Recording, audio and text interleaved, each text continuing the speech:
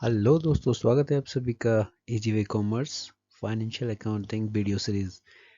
In today's video I will be talking about generalizing rules और debit credit rules of accounting. So start करते हैं। First of all, as we know, systematic recording of business transaction and events is called accounting. तो दो चीजें हैं, transaction और accounting. Transaction का मतलब लेन देन, बाइंग और सेलिंग, और इवेंट का मतलब जैसे प्रॉफिट हो गया, लॉस हो गया, ये। तो इनका सिस्टमैटिक रिकॉर्ड करना लेखांकन में, अकाउंटिंग अकाउंट्स में सिंपली अकाउंटिंग कहलाता है। अकाउंटिंग ट्रांजैक्शन और event of similar nature when recorded at one place is called account. तो दोस्तों, अकाउंट क्या है? जैसे अकाउंट एक अंग्रेजी के टी का आकार का जैसा एक शेप है। सिंपली जैसे आप देख सकते हो, दो साइड होते हैं टी के, एक साइड डेबिट हो गया और एक साइड क्रेडिट हो गया। तो दो साइड इसके होते हैं। लेफ्ट साइड को हम जो है इस वाले साइड को हम डेबिट कहते हैं और इस साइड को हम क्रेडिट कहते हैं। तो ये अकाउंट का सेफ है और दो इसके साइड हो गए। तो यहाँ पे कौन सी चीज़ें लिखी जाएंगी डेबिट साइड में, कौन सी चीज़ें क्रेडिट साइड में आएंगी, तो इनको लिखने का जो नियम है, जो रूल्स हैं, तो उन्हीं के बारे में आज के वीडियो में हम चर्चा करेंगे। तो सबसे पहले हम देख लेते हैं जनरलाइजिंग रूल्स, जनरल लिखने के जो नियम हैं। तो दो तरह के यहाँ पे अप्रोच हैं जनरल लिखने के। जनरल के रूल्स, जनरलाइजिंग के जो रूल हैं, नियम हैं, दो तरह के, ट्रेडिशनल अप्रोच और on the other side modern approach. Traditional approach is also called British approach और ब्रिटिश रूल्स। और इस ट्रेडिशनल अप्रोच में तीन नियम दिए गए हैं डेबिट और क्रेडिट के। अकाउंटिंग जो रूल हैं वो तीन नियम हैं, तो इसलिए इसको थ्री गोल्डन रूल्स भी कहते हैं। ऑन द अदर साइड दूसरा जो अप्रोच है मॉडर्न अप्रोच है, और इस मॉडर्न अप्रोच को हम अमेरिकन अप्रोच या अमेरिकन स्टाइल भी बोलते हैं।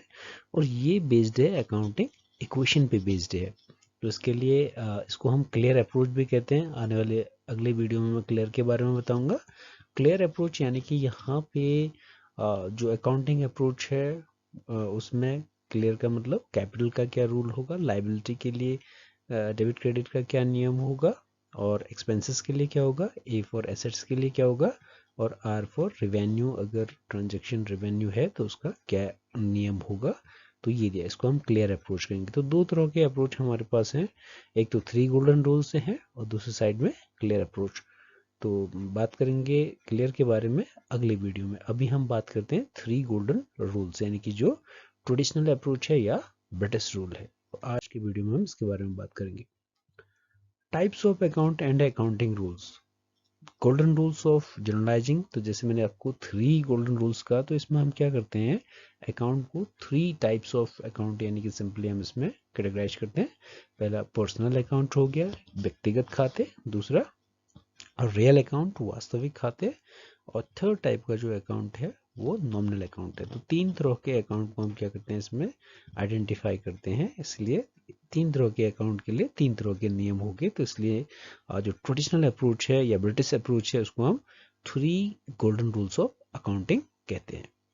तो पहला हम रूल टाइप अकाउंट लेते हैं, वो है personal account. Personal account means account related to persons. Person जैसे रोहन हो गया, रोहन का अकाउंट। और अगर सपोज दैट रोहन का कोई बिजनेस है जिसका नाम रोहन एंड कंपनी है, तो रोहन एंड कंपनी अकाउंट हो गया। और एक पर्सनल अकाउंट बन जाते हैं जो रिप्रेजेंटेटिव नॉमिनल अकाउंट्स होते हैं।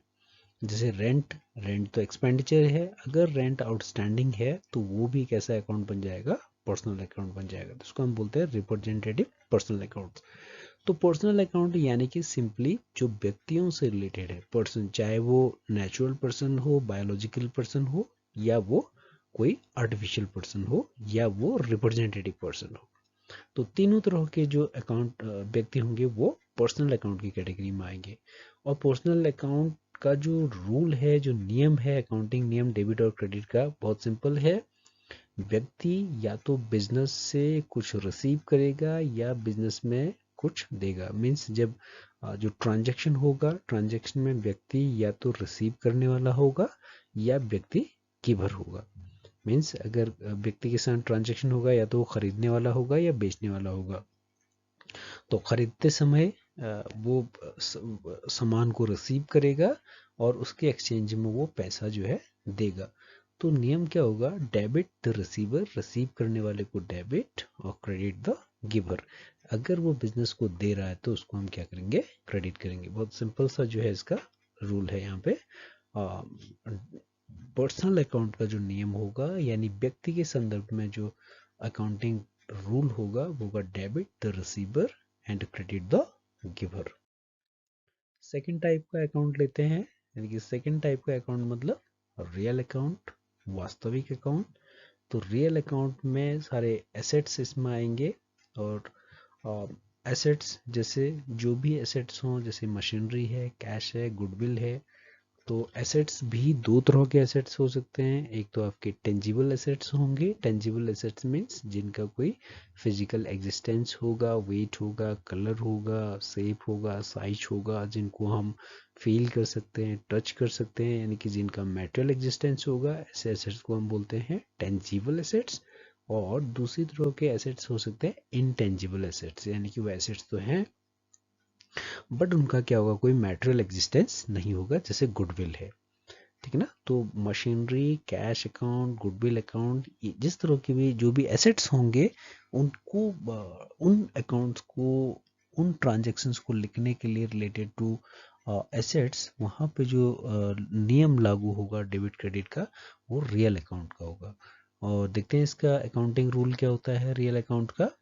रियल अकाउंट का होगा यानी वस्तु। अब हम बात कर रहे हैं रियल अकाउंट की यानी एसेट्स की, यानी कि वस्तुओं की। तो वस्तु क्या होगी, या तो बिजनेस में आएगी या वस्तु बिजनेस से जाएगी। तो अकाउंटिंग रूल सिंपल सा हो जाएगा, डेबिट व्हाट कम्स इन, जो वस्तु बिजनेस में आ रही है उसको डेबिट करेंगे। सपोज दैट अगर हमने परचेज किया, गुड्स परचेज किए, मशीनरी परचेज की, तो बिजनेस में मशीनरी आ रही है तो मशीनरी डेबिट होगी।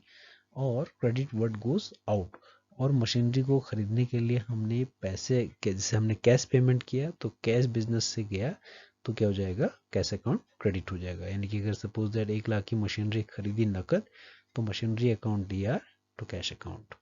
तो ये था आपका सेकंड नियम, क्या था, अकाउंट रियल अकाउंट का जो अकाउंटिंग रूल है, डेबिट क्रेडिट का रूल है, debit what comes in and credit what goes out.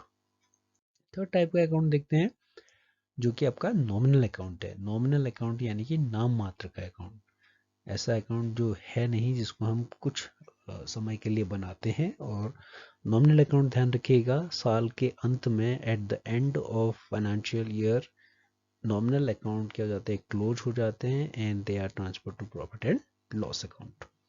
तो nominal account for example, nominal account क्या होंगे, यानी या तो ये इनकम से रिलेटेड होंगे या एक्सपेंडिचर से रिलेटेड होंगे, आय या व्ययों के। जैसे सैलरी अकाउंट हो गया, जैसे रेंट अकाउंट हो गया, रेंट रिसीव्ड है, या जैसे इंटरेस्ट रिसीव्ड है, डिस्काउंट अलाउड है। तो इस तरह के नॉमिनल अकाउंट होंगे।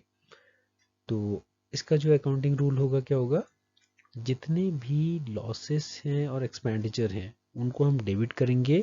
All losses and expenditure, all expenditures and losses debit, and credit all incomes and gains. जो भी इनकम हो रही है, गेन हो रही है बिजनेस में, इनकम को हम क्रेडिट करेंगे और एक्सपेंडिचर को डेबिट करेंगे। अगर सपोज दैट क्वेश्चन में दिया है रेंट पेड, तो यानी कि रेंट पे किया बिजनेस में, तो रेंट पेड मीन्स रेंट पे किया, तो इसका मतलब रेंट क्या हो गया, खर्चा, एक्सपेंडिचर। तो एक्सपेंडिचर जो है आपका रेंट डेबिट हो जाएगा। और रेंट पे किया तो कैश में किया, तो कैश क्या था, रियल अकाउंट था, यानी कि कैश का मतलब पैसे, पैसे का मतलब यानी कि जो उसका फिजिकल एग्जिस्टेंस है, तो वो कैश बिजनेस से गया तो यानी कि क्रेडिट व्हाट गोज आउट। और रेंट पे करने में क्या बाहर, क्या बिजनेस से गया, कैश गया, तो कैश अकाउंट क्या हो जाएगा, क्रेडिट हो जाएगा। तो इस तरह से हम क्या करेंगे, अकाउंट के बारे में, अकाउंटिंग रूल्स को हम समझेंगे। तो इसका हम एग्जांपल लेते हैं। देखो पहला एग्जांपल मैंने पर्सनल अकाउंट का एग्जांपल लिया है। और ट्रांजैक्शन क्या था, ट्रांजैक्शन है good sold to Ajay in cash for rupees 500। Transaction हमारे पास ये है कि गुड्स सोल्ड किया अजय को 500 रुपये में। अब यहाँ पे आप थोड़ा सा इसमें प्रैक्टिस होनी चाहिए, इनको आइडेंटिफाई करना आना चाहिए। हमेशा जो भी ट्रांजैक्शन होगा, ट्रांजैक्शन के ड्यूअल एस्पेक्ट, जैसे अकाउंटिंग कॉन्सेप्ट मैंने आपको बताया है, हर ट्रांजैक्शन के दो एक्सपेक्ट होंगे, दो पहलू होंगे। या तो व्यक्ति होंगे तो दो व्यक्तियों के बीच में एक्सचेंज होगा, या दो वस्तुएं आएंगी जाएंगी, तो यानी कि ड्यूअल एस्पेक्ट जो है उसका बिजनेस में होता है। तो वो दो अकाउंट आपको, यानी कि देखो बिजनेस में सॉरी अकाउंट में हर डेबिट के लिए क्रेडिट होगा। There is a debit for every credit and there is a credit for every debit. तो अगर एक ट्रांजेक्शन में डेबिट है तो दूसरा क्या होगा, उसके लिए क्रेडिट भी होगा। तो दो चीज़ों को आपने आइडेंटिफाई करना है उसमें। जैसे good sold to Ajay in cash for ₹500 था, तो यहाँ पे देखो दो चीज़, यानी कि इसको आप पहले इसको समझिए। Good sold to Ajay in cash, Ajay को गुड्स बेचे इन कैश में, यानी कि नकद सामान बेचा अजय को 500 रुपये का।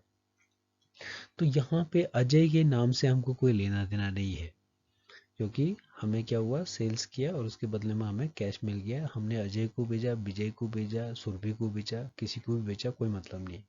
तो यहाँ पे हमने देखो दो अकाउंट आइडेंटिफाई किए, एक तो सेल्स अकाउंट, दूसरा cash account. Sales account, sales बेचने से इनकम हो रही है, तो सेल्स हमारा इनकम हो जाएगा।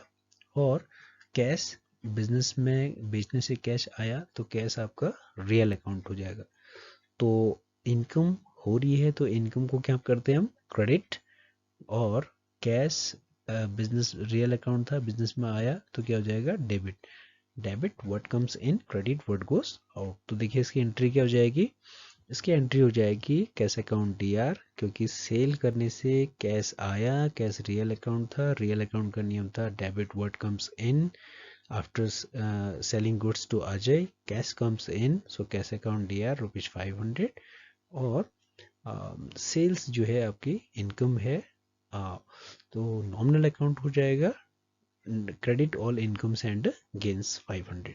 तो इस तरह से हमने क्या किया, इसको एंट्री इसकी लिखी। दूसरा पर्सनल का ही एक दूसरा एग्जांपल और लेते हैं। Purchased goods from Rohan for ₹700। Rohan से 700 रुपए के गुड्स हमने परचेज किए। अब यहाँ पे अगेन इसको आप जैसे मैंने आपसे कहा आइडेंटिफाई करेंगे। अकाउंटिंग का जो प्रोसीजर है उसमें सबसे पहला स्टेप क्या है, आइडेंटिफिकेशन। तो हमने इसको आइडेंटिफाई करना है, गुड्स हमने परचेज किए रोहन से। अब क्वेश्चन ये आता है, प्रश्न ये उठेगा कि ये जो परचेज किया ये कैश है या क्रेडिट है, नकद खरीदा है या उधार खरीदा है।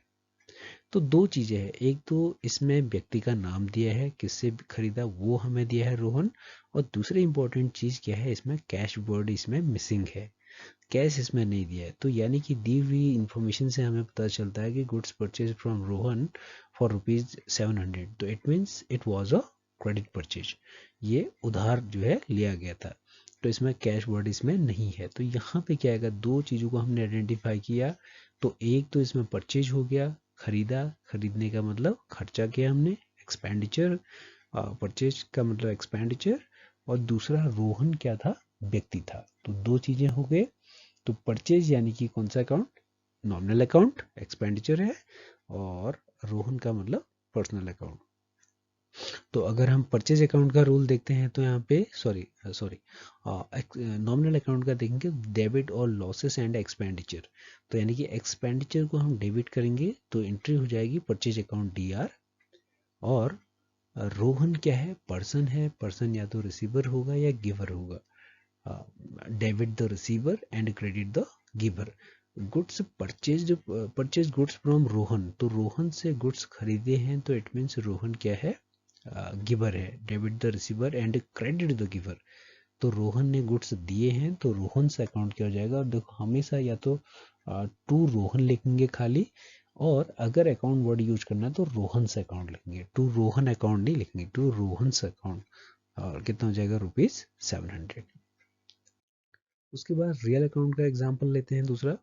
रियल अकाउंट के भी एग्जांपल को देखते हैं। देखिए रियल अकाउंट का एग्जांपल लिया है यहाँ पे, machinery purchased in cash from Shivraj for ₹10,000। Shivraj से मशीनरी कैश खरीदी है। शिवराज से मशीनरी कैश खरीदी। तो शिवराज का यहाँ पे कोई रोल नहीं है क्योंकि ट्रांजैक्शन कैश में है, तो हमने शिवराज से खरीदी या किसी से भी खरीदी, कोई उसका यूज नहीं।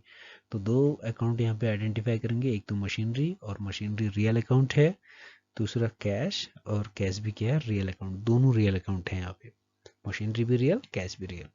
अब रियल अकाउंट में नियम क्या था, जो अकाउंटिंग रूल है, debit what comes in, credit what goes out. Business में जो चीज़ आती है उसको डेबिट, और बिजनेस से जो चीज़ गई वो क्रेडिट।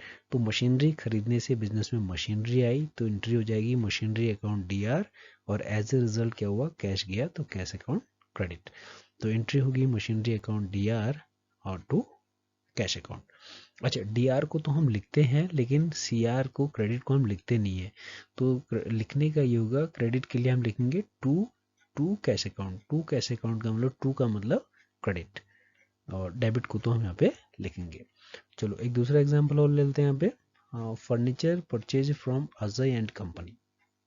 अजय एंड कंपनी से फर्नीचर खरीदा, तो इसका भी देखो एनालिसिस करिए आप लोग। Purchase furniture from Ajay, it means यहाँ पर भी क्या है, कैश वर्ड फर्नीचर के फर्नीचर खरीदा अजय एंड कंपनी से, लेकिन कैसा खरीदा, कैश या क्रेडिट, कैश वर्ड नहीं दिया है एक चीज, और दूसरा व्यक्ति का नाम दे रखा है।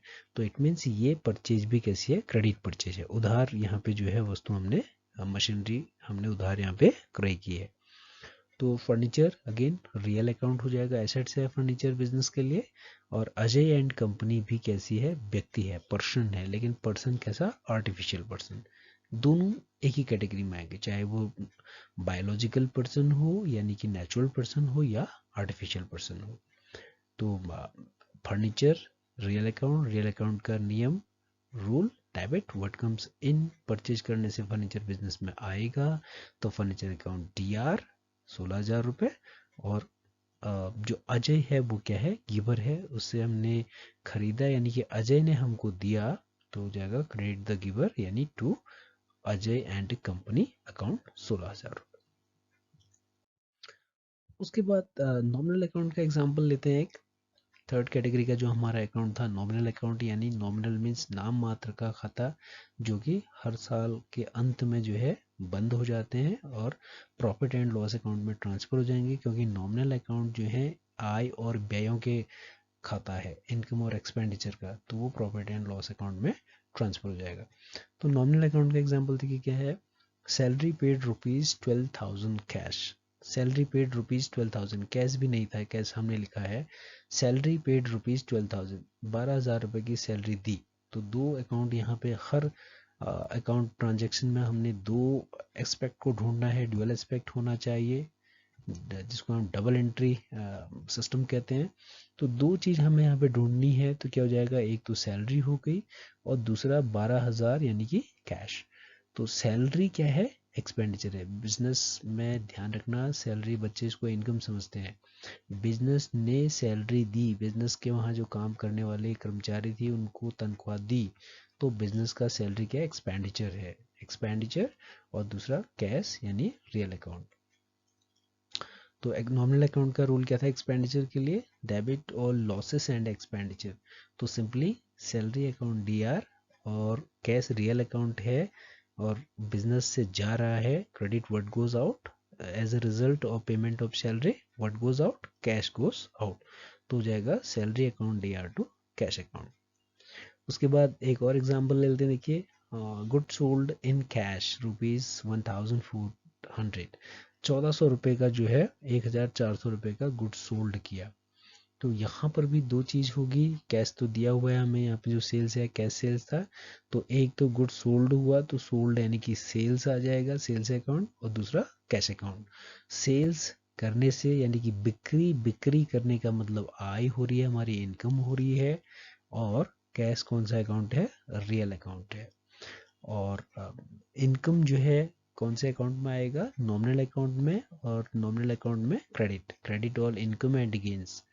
और कैश, बिक्री करने से कैश क्या हो रहा है, बिजनेस में आ रहा है, कैश जो है रियल अकाउंट है, एसेट्स है। कैश आने आने के लिए जो चीज़ बिजनेस में आती है उसको हम डेबिट करते हैं। रियल अकाउंट का नियम क्या है, डेबिट व्हाट कम्स इन।